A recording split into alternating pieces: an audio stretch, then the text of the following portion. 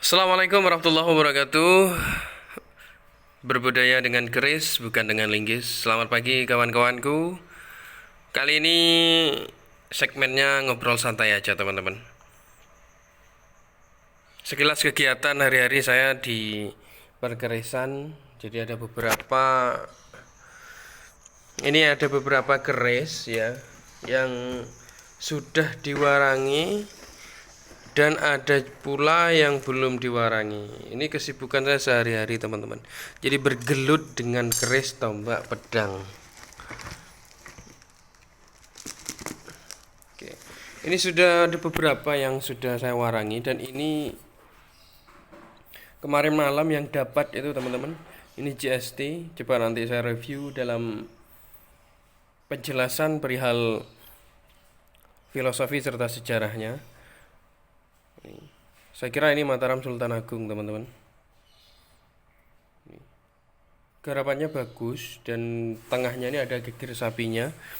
Ada odo-odonya ya. Dan ini yang sudah diwarangi, ada berapa warangan yang tidak jadi. Jadi teman-teman sekalian, keris yang masih kotor seperti ini prediksi berikutnya bisa jadi hasil warangan kalau Suloyo ya. Kalau warangannya itu kurang bagus, maka hasilnya pun kurang bagus ya. Sama seperti halnya ini kan pamornya tidak keluar ini teman-teman. Pamornya kan tidak keluar ini, kusem gitu kan. Jadi ada masalah dengan warangannya, dengan bahan warangannya. Biasanya keris itu keluar, pamornya bisa jadi nggak keluar. Jadi kawan-kawanku, ketika Anda mempunyai keris yang kotor misalkan, lalu diwarangi, terus kok hasilnya kurang bagus, jangan buru-buru menyalahkan kualitas kerisnya ya.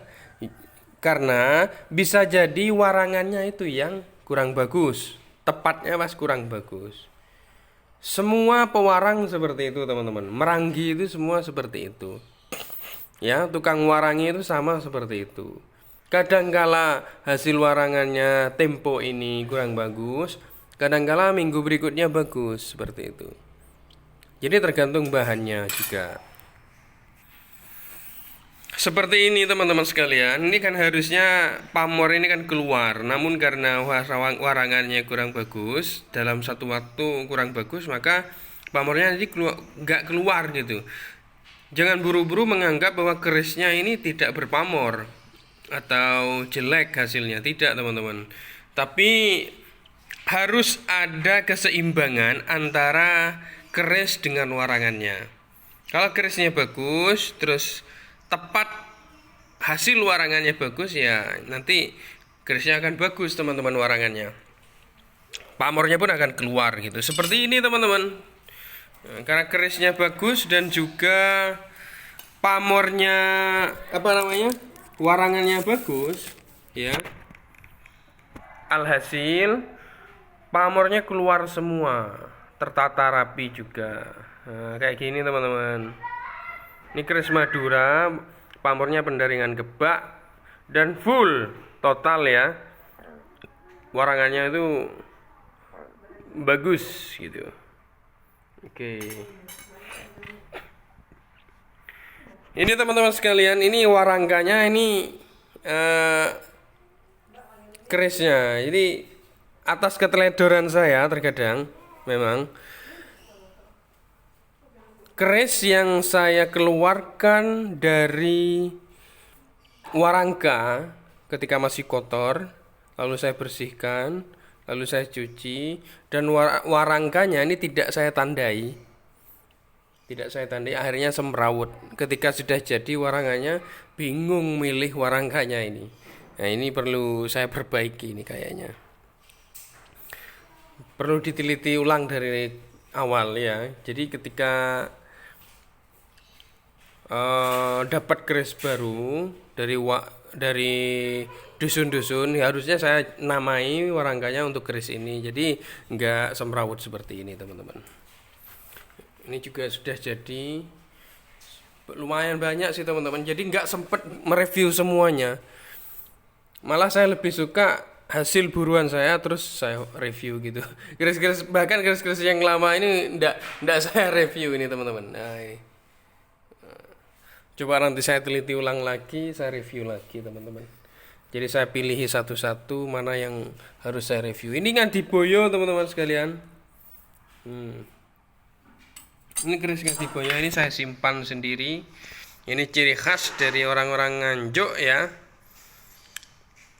Jadi untuk tahap penelitiannya Ngadiboyo itu tahun 2016-2017 mengidentifikasi pada alur nasab dari Empu Ngadiboyo itu sendiri. Jadi keluarganya, terus besalennya, dan juga pemakaman dari Empu Ngadiboyo tahun 2016-2017 itu dilakukan penelitian dengan prakarsa Ketua Paguyuban Ngadiboyo serta para ahli sejarah dan para ahli keris di bidangnya teman-teman.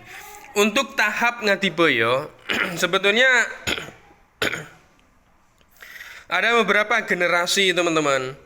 Ya, ada beberapa generasi Ngadiboyo itu, ada Empu Moyogati, empu apa gitu loh ya. Saya tidak berani menyebutkan karena tahap identifikasinya masih tahap nasabnya. Untuk pengelompokan keris karena memang ada generasi ke generasi ya. Karena bentuk dari keris itu dan teksturnya ada yang berbeda. Sehingga bisa jadi salah satu generasi itu berbeda garapannya. Ini teman-teman sekalian. Jadi kalau saya untuk tahap saat ini belum bisa menyebutkan bahwa keris ini Ngadiboyo keberapa, belum bisa. Jadi kenapa saya mengumpulkan keris-keris Ngadiboyo, maka tujuannya adalah supaya jadi bahan penelitian lebih lanjut nantinya. Ya, ini Ngadiboyo meskipun orbit harganya sangat mahal teman-teman Ngadiboyo ini, tapi saya mencoba untuk menyimpannya sementara ini. Untuk menyimpannya karena memang identitas Empu Ngadiboyo ini sejak era Diponegoro ya, dan bahkan ada yang bilang bahwa Empu Ngadiboyo ini adalah pengikut dari Pangeran Diponegoro. Itu yang menjadi istimewa teman-teman. Oke teman-teman sekalian, untuk pagi ini terima kasih. Ini hanya ngobrol saja ya tentang kegiatan saya hari-hari. Selamat pagi, wassalamualaikum warahmatullahi wabarakatuh. Salam budaya.